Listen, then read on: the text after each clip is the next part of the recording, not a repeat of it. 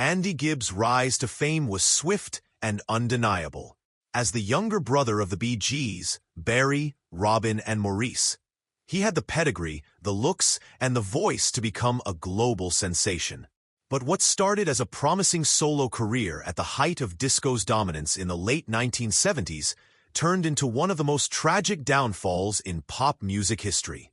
His life was marked by rapid success, deep personal struggles, and a premature death that left unanswered questions about what truly happened behind the scenes. Andy Gibb's breakout moment came in 1977 with the release of I Just Want to Be Your Everything, written by Barry Gibb. The song went straight to #1 on the Billboard Hot 100. It was the beginning of a string of hits, including Love Is, Thicker Than Water, and Shadow Dancing, which also topped the charts.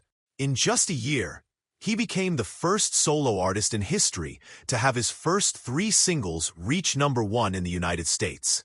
His debut album, Flowing Rivers, and the follow-up, Shadow Dancing, sold millions. By the age of 20, Andy Gibb was a certified pop star. But even during his peak, cracks were forming. Behind the music, Andy was battling addiction, specifically to cocaine. His substance use began early in his rise and escalated rapidly under the pressure of fame. Despite his success, he struggled with anxiety, insecurity, and the constant shadow of comparison to his older brothers. His romantic relationship with actress Victoria Principal also suffered under the strain of his addiction, leading to a public and painful breakup. By 1980, Andy Gibb's career was in jeopardy. He had been given a role as the co-host of the popular music television show Solid Gold, but his erratic behavior and inability to maintain professional commitments led to his dismissal. He was dropped by his record label.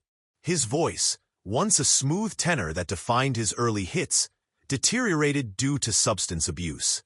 Despite several attempts to revive his career, including stints in musical theater and plans for new recordings, he could not escape the grip of his addiction.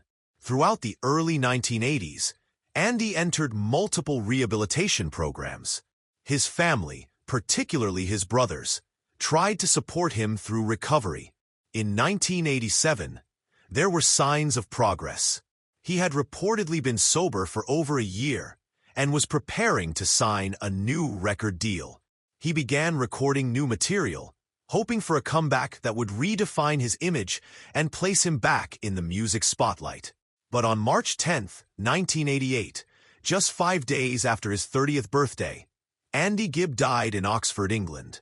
The official cause of death was myocarditis, an inflammation of the heart muscle, brought on by years of substance abuse. Though he had not used drugs in the immediate lead-up to his death, his body had already sustained irreparable damage. His death stunned fans around the world and marked the end of a story that had begun with so much promise. The tragedy of Andy Gibb lies not just in his untimely death, but in the trajectory of his life. He achieved more before the age of 23 than most artists do in a lifetime, yet he could not sustain the demands of fame or conquer the internal battles that haunted him. The contrast between his early chart-topping success and his later professional collapse is one of the starkest in music history. Andy Gibb's story remains a cautionary tale in the entertainment industry, a reminder that fame, talent, and connections are not enough to ensure lasting success or personal stability. His recordings, especially from 1977 to 1979, remain a testament to his talent, and his influence still resonates with fans of classic pop and disco. While the Bee Gees would go on to continue their success into the 2000s, Andy's story is frozen in time. He became a symbol of lost potential, a bright light extinguished too soon, and a case study in how the pressures of fame can overtake even the most gifted. The rise and fall of Andy Gibb wasn't just a personal tragedy. It was a public unraveling that exposed the hidden costs of stardom.